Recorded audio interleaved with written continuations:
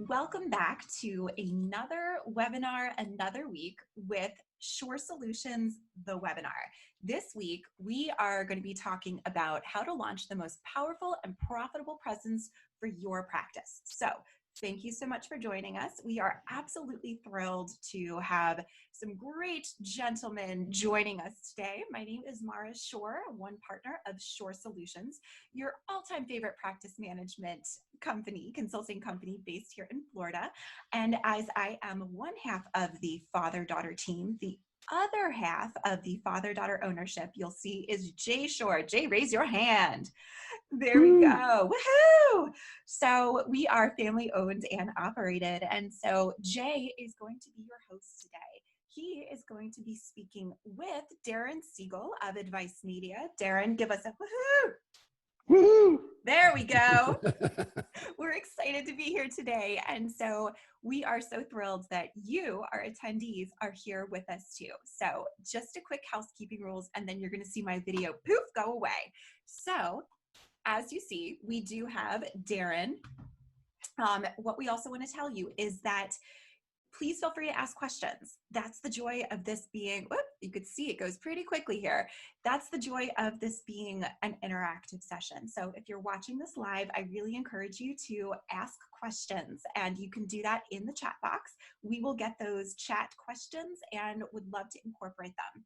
If you're watching this recorded, and so you're watching this not live, but recorded after the fact, which we're so glad you're here, we encourage you to send in any questions that you have to us via email. And you'll see our email address right at the bottom, that info@shorrsolutions.com. We're going to give you Darren's information at the end of the presentation, so you'll have that as well if you have any questions for Darren in particular. You should all be on mute, but again, we remind you to keep your computers on mute because we love wherever you're learning, but we don't need to hear your cat, your child, or just your really excited coworkers clapping in the background when they learn all of this knowledge.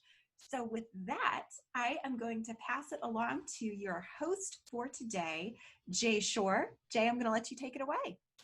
Thank you, Mara. Well, good afternoon, everybody. Once again, my name is Jay Shorr, and I am one of the partners of Shorr Solutions. We are a national award-winning practice management consulting firm, and we specialize in the operational, administrative, and financial health of aesthetic, cosmetic, plastic, surgical practices.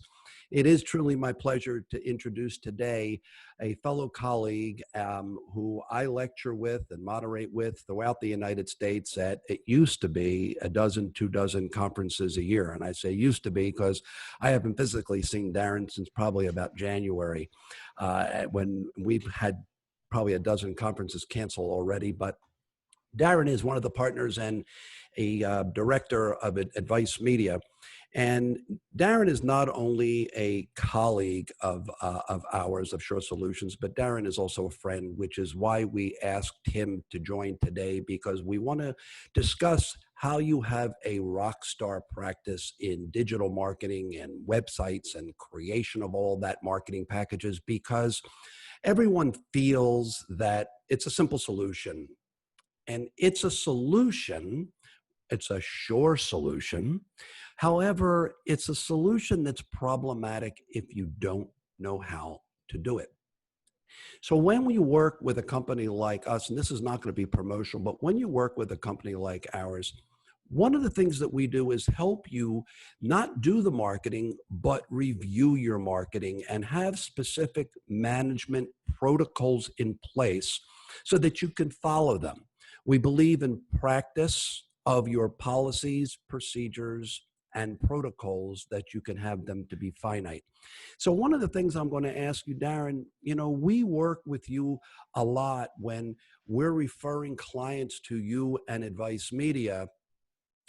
In opening of a practice, we'll get a client and they'll ask us to help them in opening a practice so that they can hit the ground running.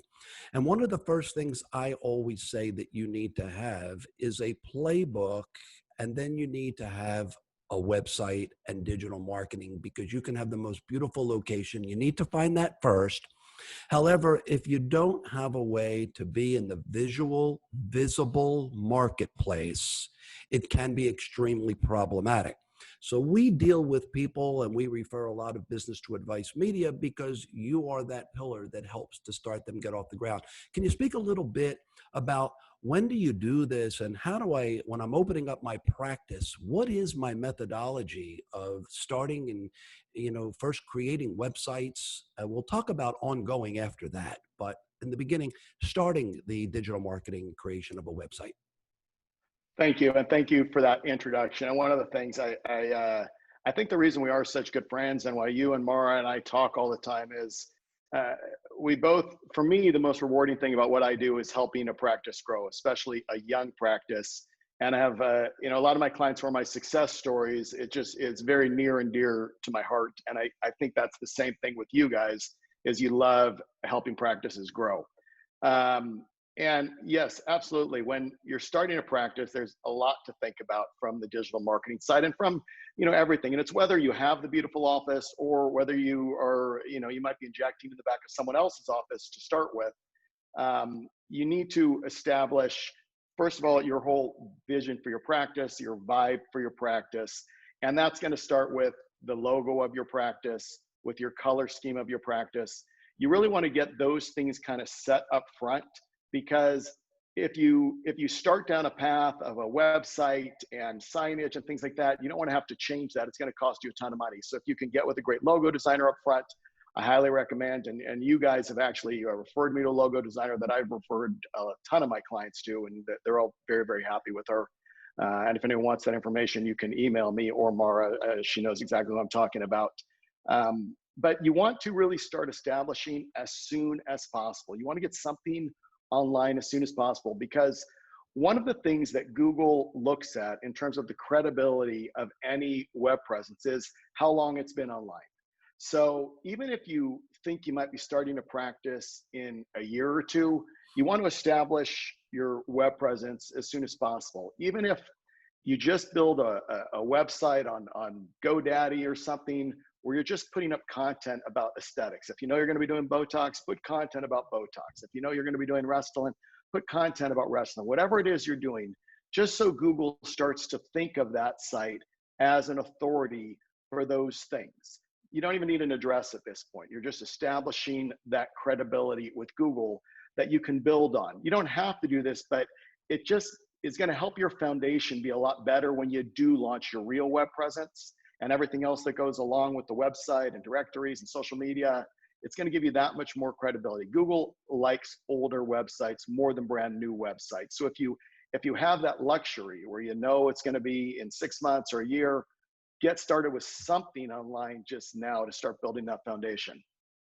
We normally, because we work with practices in 3 stages. First, it's the younger practice that is just getting done a residency or has been with a practice as a colleague for a couple of years, and they feel and have that itch and that burning desire to finally go out on their own. So they may contact us, they see us at a conference, they hear our webinars and whatever, and they'll contact us to ask us about guidance, sometimes 6 months to a year, because they may be governed under a contract or there's a non-compete. Naturally, we all go through these same things.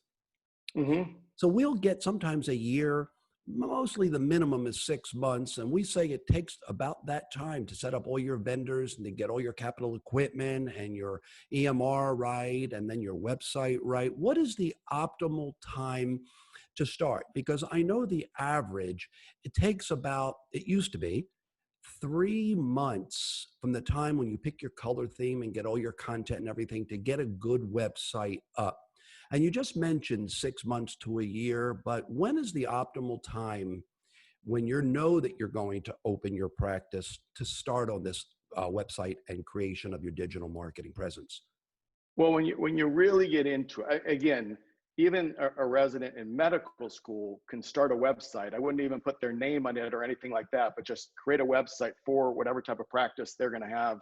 Don't name the site their name. Try to think of a great name that you can continue to use, hopefully, just to establish that presence. But when you're really getting into it, you want to start, I would say 3 months before would be an intelligent time to start.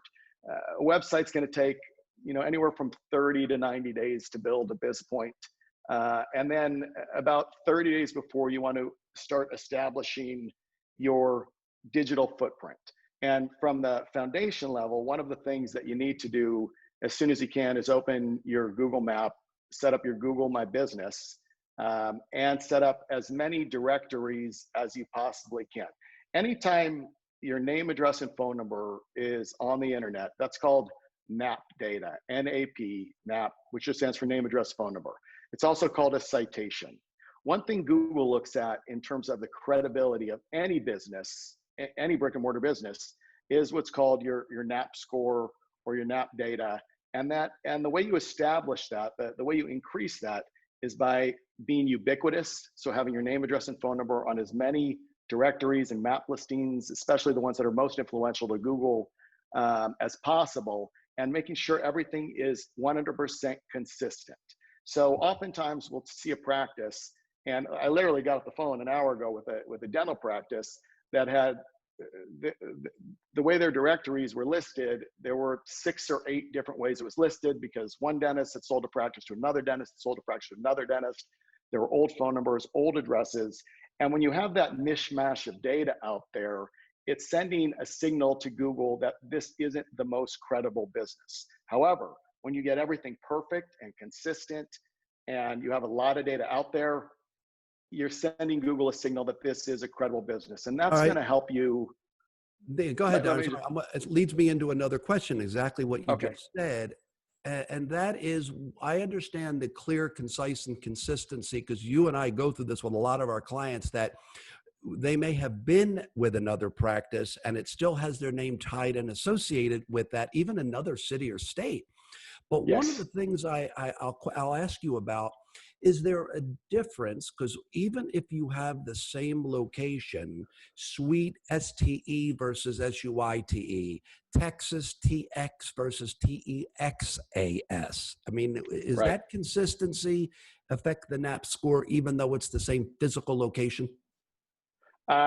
It used to more, but I mean, having TX or Texas, the suite or not the suite, it probably still has some effect. I mean, for me, when I'm doing it for a client, we get everything exactly the same. So we're spelling out suite or putting STE, we're spelling out drive or putting DR, just making everything exact. The more consistent you are, the more Google likes you. It's just as simple as that. And that's going to help you on your map listing for the 3-pack. So if someone searches, Atlanta Botox or something, and you'll see that 3 practices come up in that map listing, that's going to impact your ability to get there, along with the reviews are going to impact that as well, and the location of the searcher and your location. But if you don't have all your directories done consistently and perfectly, your chance of getting up there decreases tremendously. And it's not hard to do. You just have to have it set up correctly. What happens is there are data consolidation companies that pull data from all over the internet, and then they sell them to all the various directories. And they don't care whether the information is accurate or not. All they care about is if someone hits one of those pages, they have Google Ad Network on there, and they're getting paid per impression. It might be 1/100th of a penny per impression. When you add up the tens of thousands they're getting every day, it's a lot of money. I'll take it. There are ways. Yeah, exactly. But there are ways, and we have ways to go and push the correct, consistent data on hundreds of very, very influential directories to Google, therefore establishing your credibility with Google. And this is kind of the foundation that everything else you do to become visible on the internet is based on. If this foundation isn't set properly, anything else you do is not going to work nearly as well as it would if you just did this right. And if you do it right at the beginning, it literally it's life-changing, because I've seen many practices that have been around for a very long time, and they're doing a lot of things right from a search engine optimization perspective, but it's not working. And then I look at their NAP data and I see that it's just all different things out there. And if they had just had that set up originally right, they would have better rankings, they'd have more map listings, more credibility with Google, more opportunity to come up in that 3-pack, and they'd get more patients and make more money. That leads me. It's not. Yeah, go ahead. We have a I was mini just saying it's not difficult to do. You just got it. If you do it right, it's life-changing. All right. So we'll get into the NAP data in about 3 more questions from now, but you've just led me into, when you say it's not difficult to do, No, it's not difficult to do surgery either if you are a trained and skilled surgeon. All right. Right. What I do is not difficult to do when I'm analyzing and reviewing P&Ls. It is very difficult for me to do NAP data. It is very difficult for me to create websites and do digital marketing because it's not what I do. So that Right. leads me into the question, because you said it's not difficult to do when you need to do this, what can a practice do themselves and what can they leave to professionals like yourself? Because one thing that I hear from brand new practices is I'm on a limited budget. And Jay, I need you to handle the more finite things. And while I have the time, meaning the doctor or the PA or the nurse practitioner that's owning the practice or the dentist, whatever, I can do some of this. I need you to do more finite things for me, very, very detailed.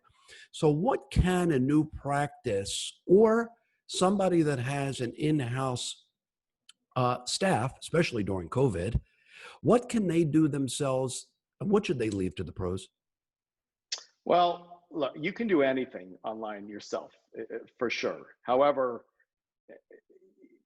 you're when you leave it to an expert, you're gonna get better results because you're gonna be with someone that does this all day, every day. That's all they do is patient generation, and the amount of time that you're gonna spend trying to do it is gonna be a lot, and it's really gonna be a waste of your time and money. Whereas, and it's not gonna generate the patients that someone who does this all day long, every day is gonna do it.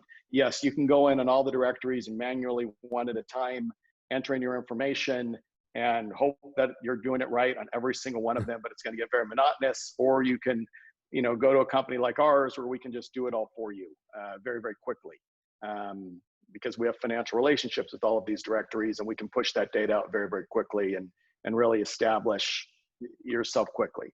You can build your own website, you can do your own SEO, you can do all that, but it just depends on your goals and how fast you want things to happen, and really your budget and your competition all kind of play into what you need to do. But having done this for 20 years and seen thousands and thousands of websites and representing thousands of practices, I've never seen a homegrown website that is going to even come close to what a good company can do for you. And yeah, there's going to be some cost, but to be honest, the costs aren't that big when you consider the patient generation that comes from it, especially when you think of lifetime value of a patient. Our world, we don't call it a cost. We call it an investment. An investment, right. All right. Because when you do that, you are seriously investing in your brand. Speaking about brand, isn't that the real purpose of a website, is to create a brand and the awareness so that when somebody actually wants to come and visit your location, your website, you're creating that brand. So let's talk about what goes into it. And should you reflect your website, whether the brand is the color of your office? Should your office meet your brand of your website? Should your website meet the brand of your office? Can you share a little bit about how do you create that brand through your website? Absolutely. And that is so, so, so critical in when you're establishing your practice, really figuring out what your brand is, what your vibe is, what that experience that you're creating for that patient. And it starts when they hit your website, and then it's when they call and when they walk in the door. You want that consistency. When I think his name was Howard Schultz, the guy that started Starbucks, when he set out to start Starbucks, he didn't say, I want to sell coffee. He said, I want to create an experience. And that's why when you go to any Starbucks in the world, you have that cool experience. And it's going to be the same whether you're here or in Mexico City or in Tokyo or wherever you are, you're getting that same experience. Once I had a meeting with a plastic surgeon in Palo Alto, and I walked in this guy's office, and he had the wallpaper matched the drapes, matched his business cards, matched everything in the office, had this consistent vibe. And then I went into his office, and I remember he had a glass table with just a Mac on it. And I sat down to sell him some web services, but I instantly felt that I would trust my family to this guy. And I don't say that about a lot of plastic surgeons, and I've met thousands of plastic surgeons, but that consistency that I saw, that I felt, it was an experience for me. And it definitely needs to, you got to figure it out when you're establishing your office, or if you have an office, think about that, think about how you can make it work for your patient base, the socioeconomics and demographics of your target market. And you want to take into consideration the city you're in. The way your vibe is going to be in Phoenix is going to be different than in Miami or New York or Atlanta. You want something that's going to flow with, and also it's who you are as a practitioner. You want it to be a place where you feel good, where your staff feels good. And then when you're creating your logo, it should reflect that. And when you're creating your website and your color scheme, it should all reflect that consistency. You're creating that experience in your office, on the web, that people feel, and they feel just a steady flow throughout everything they're doing with your practice. Okay, so now when I'm trying to create a brand, because when Mm-hmm. we work with practices, we refer people over to you and other companies for the creation of their website. We also have graphic artists that we refer for the creation of logos, for the creation of thank you cards, appointment cards, different things that help to create that brand, color and things like that. So what comes first? Is it the chicken or the egg? Does a digital marketing company like yourself help to create that? Or do you say, no, create your brand and we'll create your website around your brand? Because is it a jack of all trades and master of some? I mean, I don't know. Is it the chicken or the egg theory when you're trying to create your brand? Well, in terms of best practices, it would be try to have that brand created up front. But if you're already into your practice and you really don't have a brand, which we see all the time, you just got to kind of move forward with your website With what you and have. with what you have. But I refer people to logo designers all the time who don't have a good logo, because at some point you're going to want a good logo, and the quicker you have it done, the cheaper it's going to be, because you're not going to have to be changing business cards and changing signage and changing colors in your office and everything. So if you can do it up front, you definitely want to do it up front. But if you're already deep into practice and you need a new website, you don't want to, I mean, a website is critical to patient generation, and you don't want to be waiting however long it might take to get a logo done if it's going to take more than a week to move forward on that web presence and that patient generation. You know, just like I said, it's not what it costs, it's an investment. We don't, and here comes my consulting hat for a second. We don't say that it's cheaper, we say it's less expensive. Less Right. expensive, right? But a logo, I mean, a good logo is what $800 for a logo and color scheme and I everything. think that's You know, on the high side. You yeah, know, okay, yeah, we work with a lot of brand consultants that will actually do logos between 300 to 600, depending. And you know what? there you go. And you know what the biggest problem is? The revisions. It's not creation. Once that designer gets a feel for your flow, it can go very quickly. But then it's Yeah, like a designer, put the wall over here and I want to use the window and make it 18 inches versus 16 inches. I mean, I always say, like, when you're trying to do something, you never come in on budget or on time. All right. right. It's one of those things. So let's talk about digital marketing. Can you explain the difference between digital marketing and your website? Because I think people use that term so interchangeably. Right. And see, it used to be that you could build a website and you might be able to, get to the top of the search engines in your city for really anything you want to do, assuming you built a good website with good content. And that was all you really needed to do. Those days are gone. Now, that pie that used to be just the website is now your reviews, your directories, your social media, your press, anything that points to you online is your digital marketing. The website is a very, very key component, but it is just one piece of a much, much bigger pie. And how much you need to do in all those other pieces of the pie really depends on your location. When you're in a small town, you don't really have to do that much because you might be the only game in town, and someone's got to be at the top of Google. Google has to give a local resource. Yeah, right. And it's going to be, if you're the only one there, it's going to be you. If you're in a competitive town, you got to do a lot more to fill that pie up to be relevant to Google. I've So, heard that lecture from you about Park Avenue, Fifth Avenue, Rodeo Drive 100 times. All right. And what is it that sets you apart from the rest? When we're speaking about digital marketing, could you give me some idea, or what are the steps necessary and a time frame associated with doing that? And now here's when I come back to that NAP score. Remember, I said we're going to hit that in a couple of questions. All right. right. So what do I do ahead of time? Give me the subject lines, and then what timeline should I follow to do that, inclusive of that NAP score? Because a person, a male, female practitioner that may have been in a couple different cities in their residency, in their fellowships, and they still had name presence, and then they work for somebody and want to go on their own, when should they start all this change? As soon as they can, but definitely you want to get all that set up. I would say at least a month before you open your doors, but really as soon as you have an address of your practice, you can start doing all your map listings. You can start doing all your NAP data. The second you have that address. Now, well, the way we do it, we can get it done even before you have signage and things like that. If you're doing it on your own, you're going to have to go through the process with Google. You might even have to have a video call with Google just to prove that you are a real business.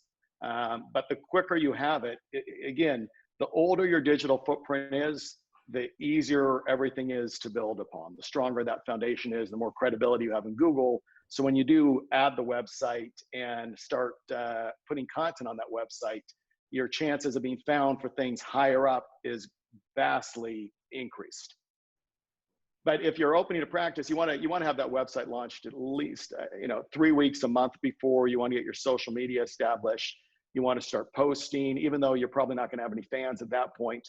But again, it's all about establishing that age, that tenure with everything online, so you're thought of as more of a resource and more of an authority quicker. I wouldn't worry about fans right now in the bubble. I don't see a whole lot of fans other than paper cutouts at some of the NBA and the hockey games and the baseball games myself, right? Well, you can still get them. You can. There's ways to get fans right now. You can run contests. There's all kinds. You can. Right. There's ways to generate reviews and get fans. Now, Even during this. As we, as you get together and start creating that footprint and that website, we write a lot of content. We do copywriting for clients. You do copywriting for clients, depending upon what procedures that they do. And I always urge people, if you're going to get copywriters, and I don't mean the copyright with a little C around it, I'm talking about people who write copy. I always say, get people who are experienced in the field that you're in. I mean, Shorr Solutions has owned medical cosmetic plastic surgery practices. I've managed cosmetic plastic derm practices. You're in that business where, that's what you deal with, and you deal in other verticals. But when you're getting a company that's going to do this, that has no idea about what the services that you provide are, it's going to be very difficult, because the one thing I want to try to explain is the lack of real heavy clinical writing, because the average reader doesn't want to read an operative report. They want to read copy that speak to a listener in a language that they understand. So let's talk about copywriting and photos. That typical stock photo that you see on everybody's site, the person that has their face in their hands. Could you talk about, the loving them and leaving them of stock photos? When is it okay? And when I have limited budgets, when and why should I aim for customized photography? Can you speak a little bit about features and benefits of, and also, what I want to ask you is about plagiarism and duplicate content. If you could speak a little bit about copy paste when creating copy, because I see this all the time. Yeah. So first, with regards to photos, there are literally tens of millions of great stock photographs out there. And you can get great stock photography. Most people don't know what they're doing. And you literally, I see the same older couple on, I can't tell you how many websites. And, and how many, it's the active couple playing golf and jogging together. But they're on tons of websites. They're on tons of trade show booths, the same couple. And it's like, I guess people type in plastic surgery or aesthetics, older, I don't know what, and they limit themselves to those. But there are literally billions, and you can capture your vibe with good stock photography. It takes a while to kind of figure it out. For us, of course, we're doing this every day, so we can very quickly come up with great photo sets that they don't look like stock photography. They look like beautiful custom fashion photography. And so I'm not opposed to stock photography by any means. However, I prefer custom photography, but most practices are not going to go through, the effort to do custom photography. But I highly, highly, highly recommend custom photography. I'm a huge fan of staff photos, of office photos, if it's a nice office. You always want to think about, what I think about is, what are the assets that a practice has that are going to make someone from that area differentiate in their favor? And again, one of my favorites is a nice staff photo, because going to the doctor, even for Botox, something, it's scary. A lot of people don't want to get a shot. And if you show a nice staff and everyone's smiling, they're going to feel more comfortable with that practice. And that's what you want to do on your website. When someone hits it, they make a decision. They actually get a first impression in less than a tenth of a second. And they make a decision to stay or leave the site in less than 2 seconds. They'll actually leave a website in 2.9 seconds on average. But if you think that the goal of your website, the goal of any website, is to make money, okay? And the way you do that is you got to get someone to stay on that website, and you got to get them to pick up the phone and call you or fill out a contact form. So you want to show them something that makes them feel comfortable. You want to wrap them in a warm blanket of comfort instantly. So a picture of staff is great. And sometimes my clients will be like, I'm not a good looking person. And I'll be like, you smile and you're good looking. You smile and you're comfortable. That's it. Everyone looks good when they smile. But also, if you have a nice office, whether it's the outside of the office, whether it's the inside of the office, you want to get some photos taken. And if you're going to invest in custom photography, that is where you want to spend some money. You don't want, your husband, your wife, your kid, your dog taking the picture. It's when you get a great custom picture, that transforms someone's body chemistry. And when you're talking about aesthetics, this is an emotional decision. This isn't that I got shot and I'm going to the emergency room. This is something I think about for a very, very long time. When the first time someone gets injectables, first time someone gets plastic surgery, and the doctor or the esthetician or whoever says to them, how long have you been thinking about this? They say, for years, forever. I should have done this a long time ago.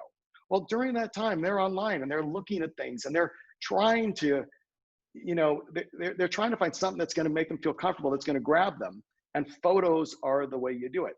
The words on a website, which we'll get into in a second, are what get people to the website. That's what Google needs, is content, is written content and video content.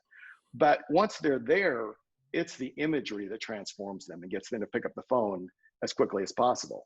And good custom photography can do that. And when you're taking photos of your office, you want to stage the office, you want to put plants in there, you want to make sure your photographer understands lighting and shading and colors.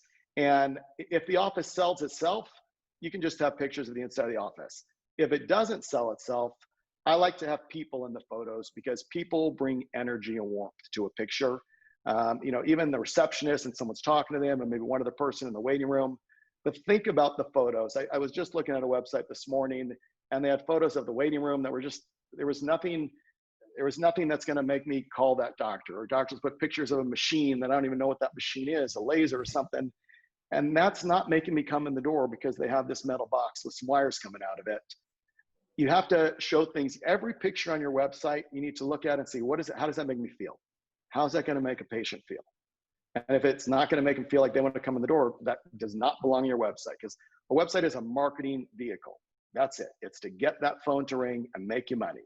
And so you want to make sure. It sounds like you've been, when you're talking about that energy and that smile, it sounds like you've been speaking to Dr. Smiles, the Smile Doctor, Rich Castellano. I always give him a shout out. Yeah. Rich Castellano happens to be a very dear friend of mine and fellow colleague. That Yeah. the smile is that perception and reaction definitely deals energy. Let's talk about Absolutely. yeah. Let's talk about when I'm going to create a website. It's like, how do I get mail at my house? Well, the first thing you do is you have to have an address, right? Hmm. So when it comes to the address, how do I pick a URL?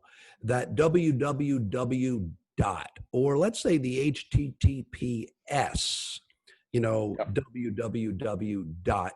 What goes in? Because people come up. I'm going to give you a perfect example. When I first started the consulting company 9 years ago, our corporate name to this day is still the Best Medical Business Solutions Incorporated. So we started out and our URL was thebestmbs.com. And I had to spell it out, M Mary, B Boy, S Sam, because everyone said N or MD because you deal with doctors. And I'm going, oh my goodness. So Mara, in her infinite wisdom, said, look, we have to come up with something that's a little bit catchier. And we figured our last name tells about what we provide. We provide Shorr Solutions.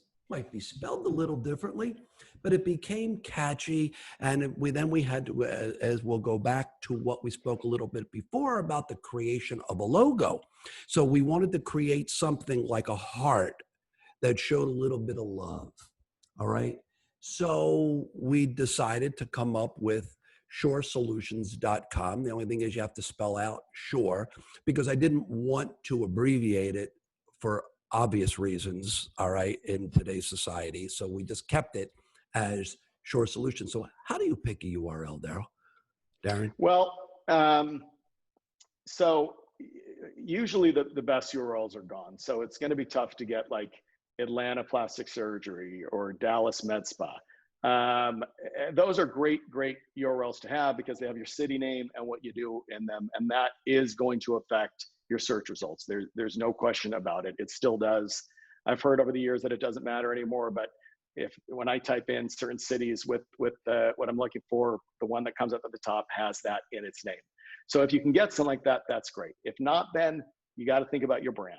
And if the practice, the name of the practice is usually pretty good, unless it's a very, very long name. But even if it's something very long, most of the time people aren't writing down your URL. They're going on Google, they're Googling you, they're clicking on a link. So they don't really, to me, it's not as worrisome if you do have a long name. But if you can have something short and easy to remember and something that, again, reflects your brand, that would be my choice on a URL. So if it's,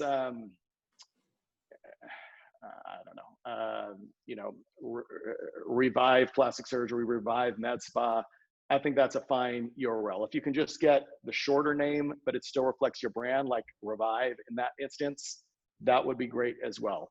It really depends on the name of the practice, where you are, what you're trying to do. If it's a doctor's name, I would try to get it as short as possible, drstevens.com, or, instead of a long drawn out name. Okay, so once we hire a company like yours and you get to do the website and to create a digital marketing presence, naturally you can go with $1,000 a month, $1,500 a month, $2,025, and then I want to create a PPC campaign and I want to do reach local and I want to do local team membering and all that stuff. And then I want to have chat and I want to have lead gen. All right. Certain amount of things with limited budgets, because a lot of times when I start with a practice, they are on limited budgets. So how do I hire the right internal marketing team member, and how do I integrate that internal marketing team member with Advice Media So I'm not duplicating the efforts of what I'm trying to accomplish so that I can further my digital brand. Well, there's certain things that having the right person in your office are going to, again, really make a huge impact on your income. And if I was hiring someone, I would definitely be looking at who they were in the community. Are they active in the community? Do they have a lot of friends? Are they active on social media? Are they good at social media? That's not going to be the end all be all, but if somebody has that, that is someone I'm going to give a real long look to, because a company can, we do social media for probably 1,400 practices. We do good social media, and it's consistent. It's 3 times a week on Instagram, 4 times a week on Facebook. But I tell all my clients, in order for it to be really knocking out of the park great and a real profit generator, the office has to be involved. And a lot of offices I deal with, there's just no one that's going to do it. So I tell those clients, and I was meeting with someone in Houston yesterday who's hiring some people, and I said, this is what I would do. I would make sure that I would definitely be giving a long look to someone who is good at social media. Okay, let me interrupt you for a second, because Mara and I do a lot of hiring and interviewing for practices from every position, from the director of first impressions, which is the receptionist, through the medical assistant, esthetician, PANP, even doctors. When we're looking for a social media coordinator, what is it that you should say they should look for? Because you know what I hear when I ask the questions? A lot of times the physician will pass a name for me along to Mara and I, and the resume, and they'll say, well, you interview them for me because you're experienced in the medical market. And I look for character, but I also look for the experience. Everyone tells me, yes, I know social media. I do Facebook, I do YouTube, I do Instagram, I do TikTok. Give me the elevator pitch on what is a good internal marketing person. Someone who's good at social. You got to look at their social media. You got to look at their Facebook. You got to look at their Instagram. You got to look at their TikTok, and you could see, are they good at it? Are the things that they are putting out there, is it quality content? Are people engaging with it? Are people liking, commenting, clicking, or sharing their post? If you can find someone that has high engagement rates on their social media, that is a great person to have in your office. If you have someone who you look at their social media and no one is engaging with it, no one really likes it, that's probably not going to be, they might be great for the position, but they don't have that other thing that I'm talking about where they're going to really help propel your social media. Now, you can teach people to be good at social media. The thing is, just a lot of people don't understand social media from a doctor perspective, from a practice perspective. Most practices just try to sell on social media, whether they're putting out educational content or they're putting about specials or they're putting stuff about their office. And that's all salesy things. And that's not why people go on social media. People go on social media because it's news of their friends, news of their family, news of businesses that they want to engage with. And by engagement, I mean liking, commenting, clicking, or sharing. That is the most important thing, because that's how Facebook and Instagram judge you. The more engagement you have, the more people are going to see your posts. So if I could find somebody who I see has a very engaging social media presence, that's going to be in the plus column. All right, this is a dual-sided question now. There's going to be 2 components to this. Once again, when we're helping practices that are kind of small and they have multiple positions, and the medical assistant could be the esthetician, and in her spare time, she'll do a little bit of social media marketing, and then all right, and then when they go home, they may do a couple postings here and there. Who in the practice should be doing that if I can't afford a full-time social media and digital marketing person? And the second question to that is, can you explain that just because you have a lot of followers, and those followers may not necessarily be an engagement, because those followers may be totally out of your geographic and demographic marketplace, that will become a patient or a client of yours. All right. Right. What is it that I have to do it right? How does that part-time, is it okay? I guess a little is better than nothing, right?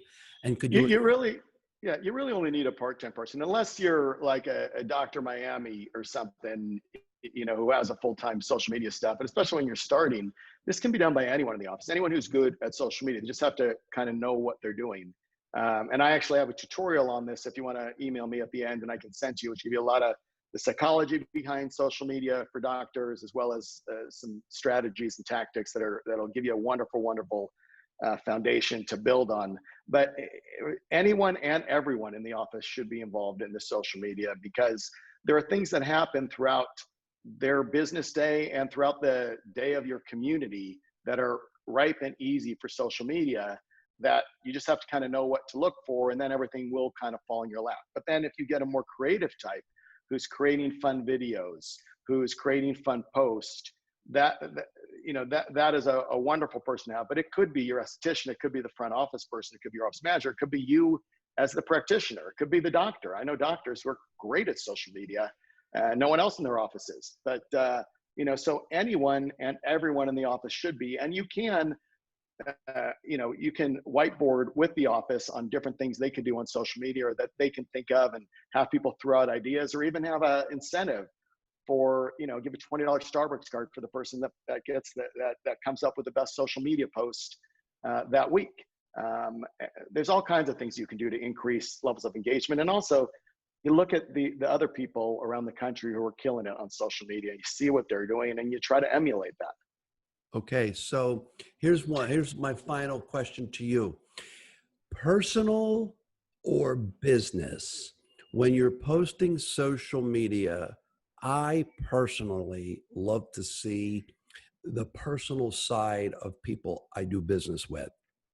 I'm not Absolutely. I don't want to be nosy, but I want to know that you're kind of like a family person, or you're out there with the dog, or you're out on the golf course.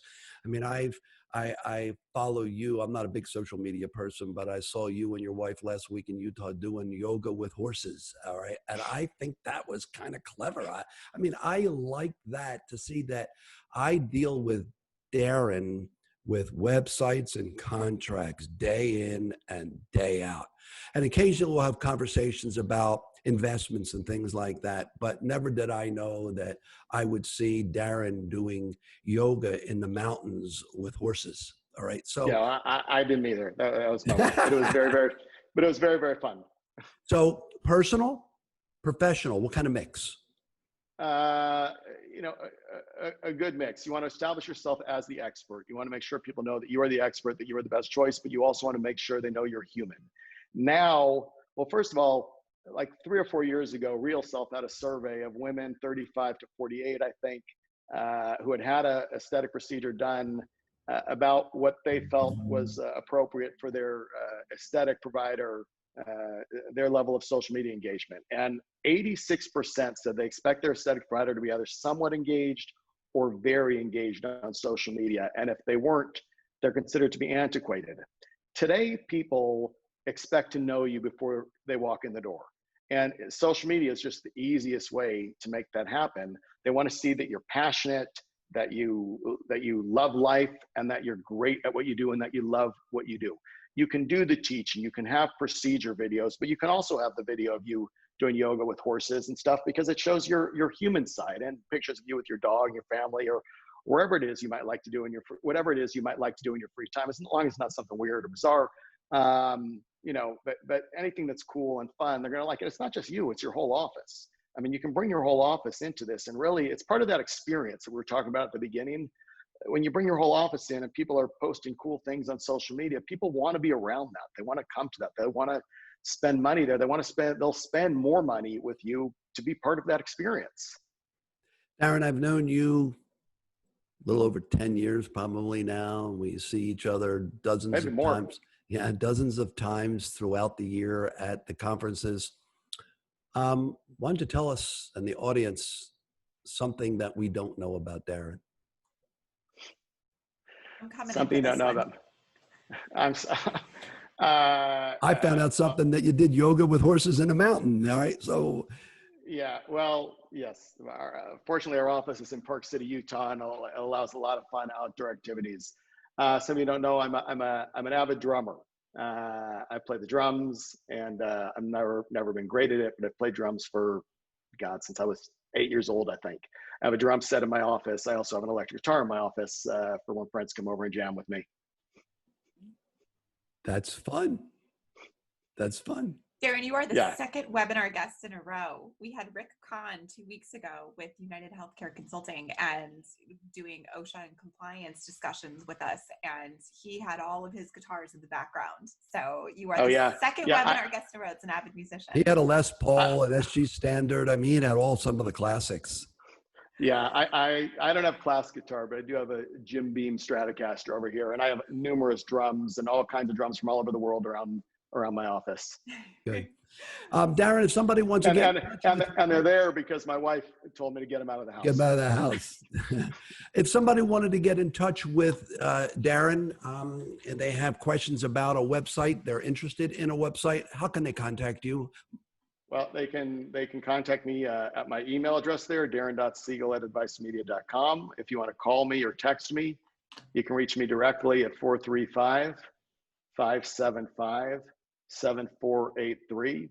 And any questions you have about digital marketing, I'm happy to answer. Or even if you're investing with another company or trying a new service, I can guide you there on things you should be asking, things you should be looking for, ways that your company can help you improve. I have no problem talking to people, giving out free advice. I've done this for a very, very long time, and I realize that I can talk to someone and they might not become a client today, but they're going to in 2 years, 5 years, 9 years. One of my best friends, Dr. Alan Shorr in Miami, who I've fished with a lot, it took 9 years for him to come on board, and now he's been a client for probably 10 years. So I'm always happy to talk to anybody. Okay, Mara, take it away. Absolutely. So thank you. This is when I get to do all the fun housekeeping at the very end. So thank you so much, Darren. Thank you, Jay. And for those of you that are watching this recorded or those of you that are watching live, we always like to share what's coming up next. So if you are wondering what exactly is coming up next, you will see that we have our next webinar. So the next webinar in just 2 weeks, we're going to be discussing vendor contracts, a lawyer's perspective on how to protect yourself with Allison Avila with Gordon Reese. And then we always encourage you, even if you missed this episode of the webinar, go to shorrsolutions.com/webinars and you're able to see all of our previous webinars. We also like to encourage you to check out Shorr Solutions, the podcast, because we love a good branding opportunity and don't want to reinvent the wheel. So Shorr Solutions, the podcast, we have a few dozen episodes at this point that have launched. And the episode that launched this week, for instance, was The Science Behind Skincare with Dr. Carl Thornfelt, who is the founder of Epion's skincare line. So there you'll learn all about skincare with his episode, and you'll also hear legal. You'll hear Darren's business partner, Chad, with Advice Media. We recorded an episode with Chad, and if you want to learn more about how Jay and I founded Shorr Solutions, I encourage you to listen to that episode as well. You'll get to hear some dad-daughter talk, because that was the first episode on Mara.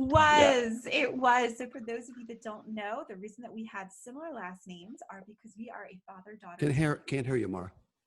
The reason that we have similar last names, the same last name, is we are a father-daughter team. So if you have any questions at all, I'm going to pull the screen up one last time so that everybody has this opportunity. If you have any questions at all, I really encourage you to check out shorrsolutions.com or email us at info@shorrsolutions.com. We are more than happy to offer this to anybody who is listening and watching right now. Your choice, let us know what you'd like: a free marketing calendar, a free credit card analysis, or registration to our patient financing program. So give us a call or send us an email and we will connect you with the choice that's best for you to really go ahead and help you out. Thank you again. This is Shorr Solutions, the webinar, and we are always thrilled to have our guests with us. So Jay and Darren, thank you so much. Thank you. And I do want to say, I love the podcast. I listen to it on my morning walk with my dogs. And I've gotten a ton of information that I've ended up sharing with clients and prospective clients from what I've gotten out of that podcast. It's wonderful. Thank you. Thank you. It's always fun. You get an insider's glimpse and the fun part is that I have relationships with everybody on those episodes. So it's an insider's look, and you really get to listen to two colleagues or two friends being able to have in-depth conversations. So thank you for that, though, Darren. I appreciate it. So perfect. Well, thank you to everybody that has joined us on today's episode of Shorr Solutions, the webinar. And again, if you liked what you saw today, check out shorrsolutions.com/webinars. If anybody knows me, they'll know that I'm very stickler on time. We got this done in 1 hour. Yeah, we needed more time, Jay. Next time we got to get a 3-hour one.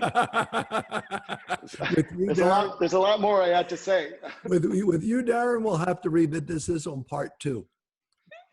Perfect. Well, thank you so much, Thank gentlemen. you, everybody. Have a great rest of your day. Thank you. Thank you Bye. guys so much.